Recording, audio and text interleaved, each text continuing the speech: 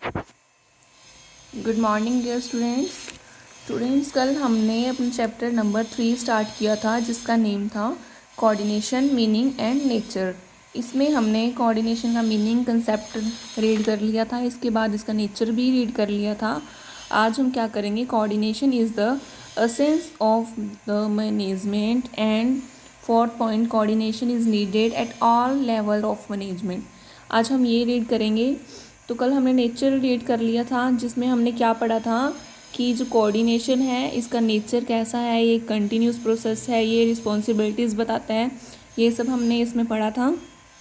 और आज का है coordination is the essence of management. Means जो कोऑर्डिनेशन है क्या वो प्रबंध का सार है, मीन्स बेस है मैनेजमेंट का। तो चलो पढ़ते हैं। Coordination no doubt is the essence of management because all the managerial function are an exercise toward achieving coordination. It makes coordination as the soul of managerial operations. The significance of coordination can be verified by the fact that management experts such as Henry Ford, R.C. Davis and Alan regard coordination as separate function of management. क्या बोला गया है इसमें रजे? इसमें बताया गया है कि नो डाउट, कोई भी शक नहीं है कि हाँ जो कोऑर्डिनेशन है वो मैनेजमेंट का सार है, मैनेजमेंट का एसेंस है। कई जो आजकल के हैं ये मैनेजमेंट के एक्सपर्ट्स हैं, आरसी डेविस है, एलन रिगार्ड्स है, हेनरी फ्योर्ड है, ये आज के ये जो लोग हैं मॉडर्न मैनेजमेंट के टाइम में क्या मानते हैं, क्या अजम्पशन है इनकी, रजन की यही अजम्पशन है कि ये जो कोऑर्डिनेशन है वो एक अलग से फंक्शन है मैनेजमेंट का। मैनेजमेंट में हमने 5 फंक्शन पढ़े थे, जो था प्लानिंग, ऑर्गेनाइजेशन, स्टाफिंग, डायरेक्टिंग और कंट्रोलिंग। और 6वां कौन सा है, कोऑर्डिनेशन। लेकिन ये अभी पॉइंट्स में नहीं गिना जाता, कुछ ही इसको मैनेजमेंट एक्सपर्ट्स हैं जो इसको मैनेजमेंट का एक फंक्शन मानते हैं या मैनेजमेंट का प्रोसेस मानते हैं। इनका कहना है कि कोऑर्डिनेशन भी मैनेजमेंट का प्रोसेस है। जिस तरह से प्लानिंग, ऑर्गेनाइजेशन, स्टाफिंग, डायरेक्टिंग और कंट्रोलिंग हमारे मैनेजमेंट के लिए इम्पॉर्टेंट है, उसी तरह कोऑर्डिनेशन भी हमारे ऑर्गेनाइजेशन के लिए, हमारे मैनेजमेंट के लिए बहुत इम्पॉर्टेंट है। कहते हैं कि एक जो कोऑर्डिनेशन है, कोऑर्डिनेशन क्या पैदा करता है कि ये रिलेशन पैदा करता है किसमें, हमारे डिपार्टमेंट्स में एम्प्लॉयज़ और मैनेजर के रिलेशनशिप में, और वर्कर्स और मैनेजमेंट में, एम्प्लॉयज़ में, डिपार्टमेंट में, ये एक अच्छा रिलेशन बना के रखता है। इसका यही काम है। कहते हैं कि जो एक इफ़ेक्टिव कोऑर्डिनेशन है वो क्या करता है, unity of action. Unity of action मतलब कोई भी काम करना है हमने तो उसमें यूनिटी होनी चाहिए वर्कर्स की, ठीक है।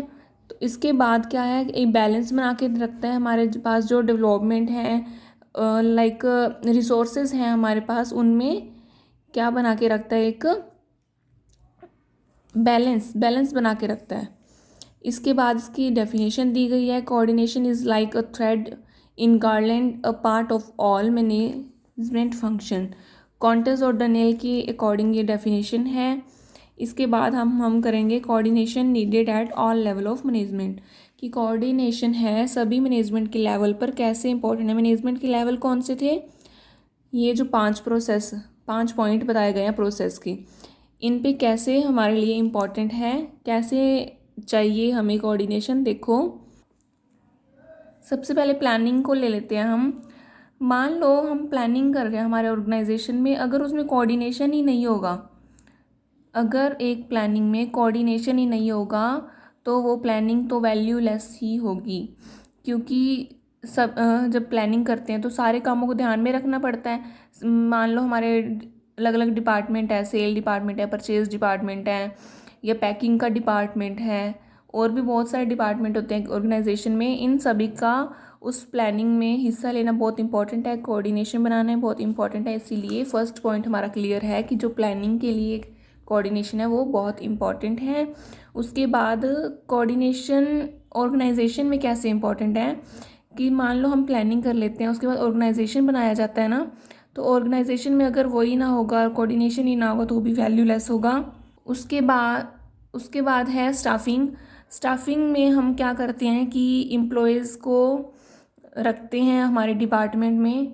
अगर सेल डिपार्टमेंट है, परचेज डिपार्टमेंट है, उनमें अलग अलग मैन्स की ज़रूरत है, वर्कर्स की ज़रूरत है, तो वो पहले आपस में डिस्कशन करेंगे, उसके बाद ही जो रिक्वायरमेंट्स हैं उनको फिल करेंगे। इसीलिए उसमें भी कोऑर्डिनेशन का होना इम्पॉर्टेंट है। इसके बाद क्या है, डायरेक्टिंग में क्या बताया जाता है कि सुपरविज़न कैसे किया जाता है या उनको ट्रेनिंग दी जाती है। इसमें भी कोऑर्डिनेशन अपना एक अहम रोल प्ले करता है। लास्ट होता है कंट्रोलिंग में तो सबसे ज़्यादा इम्पॉर्टेंट है कोऑर्डिनेशन, क्योंकि हमने क्या करना है, कंट्रोल करना है हमारे ऑर्गेनाइजेशन पे या उसमें जो वेस्ट हमारे खर्चे हो रहे हैं, कॉस्ट लग रही है, उस पर हमने कंट्रोल करना है। उसके लिए कोऑर्डिनेशन का होना बहुत इम्पॉर्टेंट है। आगे इसका इम्पॉर्टेंस भी बताई गई है कि क्या इम्पोर्टेंस है कोऑर्डिनेशन की। फर्स्ट पॉइंट है balancing of skills and abilities. क्या करता है, बैलेंस करता है हमारी स्किल को और हमारी एबिलिटी को, मीन्स हमारी जो योग्यताएं हैं उनको बैलेंस करके चलता है। सेकंड है coordination between the objectives and available resources. मान लो हमारे ऑर्गेनाइजेशन के जो भी उद्देश्य हैं और हमारे पास उसको पूरा करने के लिए जो भी साधन है, जो रिसोर्सेज हैं, उनमें एक बैलेंस बना के चलता है, उनमें कोऑर्डिनेशन बना के चलता है। इसके बाद है confirmation of actual result with plans. जो हमारे रिजल्ट हैं और जो हमारे प्लान्स थे उनमें क्या करता है, कंफर्मेशन बनाता है। कंफर्मेशन का मीन्स है जो हमने प्लान पहले बनाए थे उसको कंपैरिजन करता है कि जो प्लान बनाए थे क्या उसी अकॉर्डिंग हमें रिजल्ट मिल रहा है या नहीं। इसके बाद है coordination between authority and responsibility. जो कोऑर्डिनेशन है वो ये बताता है कि जो हमें रिस्पॉन्सिबिलिटी दी गई है क्या उसको कंप्लीट करने के लिए हमें अधिकार भी मिले हैं, अथॉरिटी भी मिली है।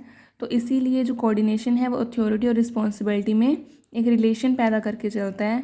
Ensure harmonious working. क्या है, जो मैनेजमेंट में अलग अलग तरह के काम है, लाइक सुपरविज़न है, मोटिवेशन है, कोऑर्डिनेशन इनमें भी अपना रोल प्ले करता है।